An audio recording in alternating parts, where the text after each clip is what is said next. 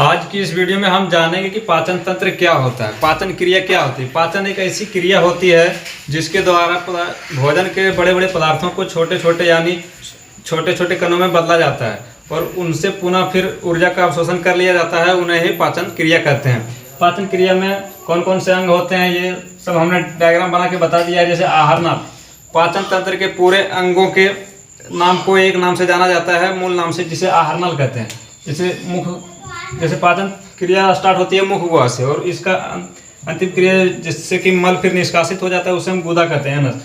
यहाँ शुरू से लेकर अंत तक के एक नाम से जाना जाता है जिसे हम आहार नाल कहते हैं। आहार नाल की लंबाई 32 फीट यानी 9 मीटर में देखें तो 9 मीटर होता है। मुख पाचन क्रिया बात करें कि पाचन क्रिया स्टार्ट कहाँ से होती है, तो पाचन क्रिया मुख गुहा से स्टार्ट होती है। मुख गुहा यानी मुंह के खाली स्थान को मुख गुहा कहा जाता है, ओरल कैविटी। हमें 3 प्रकार की लाल ग्रंथियां पाई जाती है। पहले नंबर पे आता है पैरोटिड ग्रंथि। यह सबसे बड़ी ग्रंथि होती है और यही सांपों में विष का कार्य करता है। इसी ग्रंथि में विष भरा हुआ रहता है सांपों में। नंबर पे आता है सब मेडिबुलर ग्रंथि और तीसरे नंबर पे आता है सब लिगुअल ग्रंथि। इन तीनों ग्रंथियों से मिलकर 4 टाइप्स के एंजाइम निकलते हैं। पहले नंबर पे आते हैं लाइसोजाइम एंजाइम। ये जीवाणुओं को मारता है। खाने के साथ में कुछ हानिकारक जीवाणु हमारे मुंह में चले जाते हैं तो उसको लाइसोजाइम एंजाइम जीवाणुओं को मार देते हैं। जीवाणुनाशी कहा जाता है, एंजाइम कहा जाता है लाइसोजाइम को। दूसरे नंबर पे आता है टाइलिन और तीसरे नंबर पे आता है डायस्टेज। ये दोनों मिलकर चोकर का पाचन करते हैं। चोकर यानी स्टार्च, मंड, चोकर का पाचन करता है। जब चोकर का पाचन इसलिए जरूरी है मुंह में क्योंकि जब पेट में जाए तो वो कहीं किसी मांसपेशियों को हानि ना पहुंचाए। फिर तीसरे नंबर पे आता है म्यूकस। म्यूकस ये भोजन को चिपचिपा बना देता है। मुख गुहा के बाद आता है दूसरे नंबर पे ग्रासनली। ग्रासनली एक ट्यूब होती है। ग्रासनली इसको कहते हैं, ये एक ट्यूब होती है जो कि भोजन को मुख गुहा से अमाशय तक पहुंचाने में महत्वपूर्ण भूमिका निभाता है। इसकी लंबाई लगभग 25 सेंटीमीटर होता है, 25 सेंटीमीटर। उसके बाद बात करते हैं अमाशय। इससे हम लोग अमाशय कहते हैं। अमाशय 3 भागों में बटा होता है।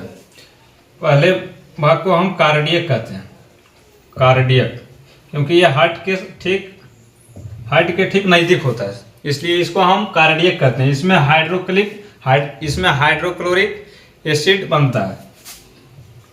इसमें HCl का निर्माण होता है, हाइड्रोक्लोरिक एसिड का निर्माण होता है। यह जीवाणुओं को मार देता है। जो जीवाणु जैसे कि ऊपर से बच के आ गया उसको ये जीवाणुओं को मार देता है और भोजन को टुकड़ों में विभाजित कर देता है, टुकड़ों में बदल देता है। और अमाशय के दूसरे भाग को हम फंडस कहते हैं, फंडस। इसमें कुछ सुई के आकार की रूजी पाई जाती है, इसे हम रूजी कहते हैं। यह भोजन को 3 घंटे तक रोक कर रखता है। हम सबसे ज़्यादा देर तक भोजन कहाँ रुक के रहता है, अमाशय में। ये 3 घंटे तक रोक कर रखता है भोजन को और जब भूख लगता है अगर खाना नहीं खा रहे हैं तो यही रूजी फिर पेट में गड़ता है जब आप बोलते हैं कि पेट भूख रहा है। अब तीसरे नंबर पे आता है पाइलोरिक। ये तीसरा भाग होता है पाइलोरिक। यहाँ जठर ग्रंथि पाए जाते हैं, जठर ग्रंथि। इससे जठर रस निकलता है। जठर रस 2 प्रकार के होते हैं, रेनिन और पेप्सिन। रेनिन का मुख्य कार्य होता है दूध को दही में बदल देना। जो पेप्सिन रस होता है वो प्रोटीन को पेप्टोन में बदल देता है।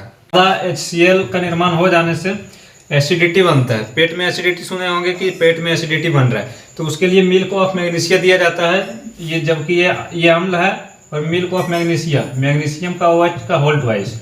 मिल्क ऑफ मैग्नीशिया होता है या जैसे हम शॉर्ट भाषा में इनो बोलते हैं, इसको दिया जाता है। यह क्षारीय होता है और ये क्षारीय पदार्थ जाके HCl को न्यूट्रल कर देता है। अम्ल और क्षारीय में जब भिन्नता होती है तो वो ये अम्ल और क्षारीय में जब होता है टक्कर तो उसके बाद ये न्यूट्रल कर देता है, जिससे कि गैस एसिडिटी बनना बंद हो जाता है। हाइड्रोक्लोरिक एसिड की कमी हो जाती है।